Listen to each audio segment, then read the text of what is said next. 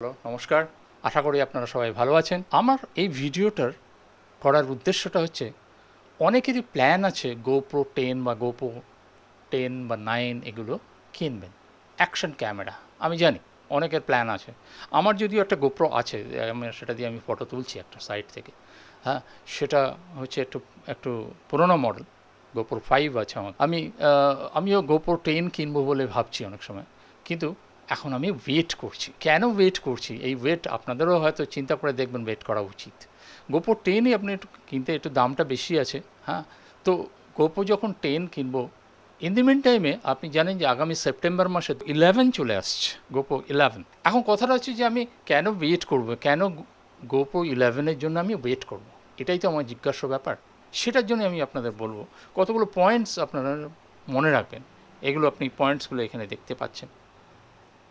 Number 1 হচ্ছে resolution factor.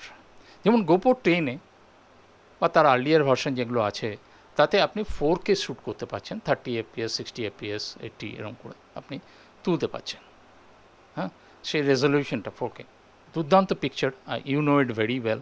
হ্যাঁ, আপনি অনেক পিকচার দেখতে পাবেন, তাতে এইগুলো রয়েছে। কিন্তু GoPro 11-এ এই রেজলিউশনটা 5.7 থেকে 6K পর্যন্ত চলে আসছে। সেক্ষেত্রে তো আরও পারফেক্ট পিকচার আপনি দেখতে পাবেন, আরও perfection, picture quality and depth fantastic. So this is number 1, resolution. Number 2, আপনারা জানেন যে GoPro 10-এ আপনার সিপিইউটা চেঞ্জ হয়েছে, ওটা GP2 প্রসেসর এসছে। এটাতেও GP2 প্রসেসরই আছে, কিন্তু সেই প্রসেসরটাও একটু কোয়ালিটি বা আরও কিছুটা আপগ্রেড করা হয়েছে। যেমন ধরুন বেটার কালার রেজলিউশনের জন্য, কালারের জন্য, বা ধরুন স্লো মোশনে চলার জন্য, প্রসেসিং পাওয়ারটা আরও বেশি করার জন্য এইগুলো আপগ্রেড হয়েছে, হবে আশা করি এগুলোই। So this is number 2 point. আর নাম্বার 3, GoProতে যে প্রবলেম হচ্ছে, লো লাইটে ফটোটা খুব একটা ভালো আসে না, এটা একটা প্রবলেম GoProতে। সো ডে লাইটেই বেটার হয়। কিন্তু আমার এই 11-এ, GoPro 11-এ এই প্রবলেমটা হয়তো অনেকটা মিটেছে। আপনার লো লাইটেও আমি বেটার ফটোগ্রাফি করতে পারবো। This is number 3 point. Number 4 points হচ্ছে হাইপার স্মুথ। এমনি GoPro 10-এ দেখবেন this is hyper smooth. Hyper smooth বলতে কি, অনেক স্টেবিলাইজেশনের কথা আমি বলছি।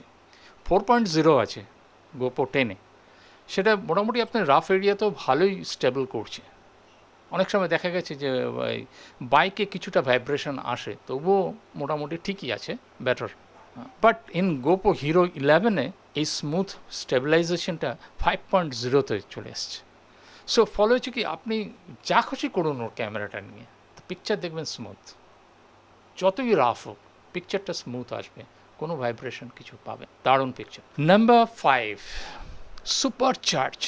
দ্যাট মিনস এর ব্যাটারি ক্ষমতাটা একটু বেশি, আপনি লঙ্গার ফটোগ্রাফি শ্যুট করতে পারেন, লঙ্গার টাইম।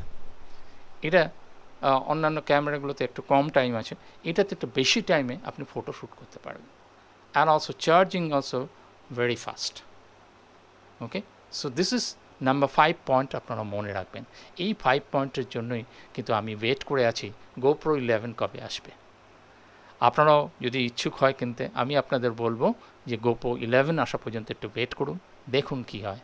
হ্যাঁ, মনে রাখবেন GoPro 11 most probably release date হচ্ছে, এক্স্যাক্ট ডেট আমি বলতে পারছি না, তবে in the month of September 2022-তে এটা রিলিজ হতে চলেছে। আশা করি আপনাদের এই ভিডিওটা ভালো লাগলো। যদি ভিডিওটা ভালো লাগে, সাবস্ক্রাইব করে রাখবেন।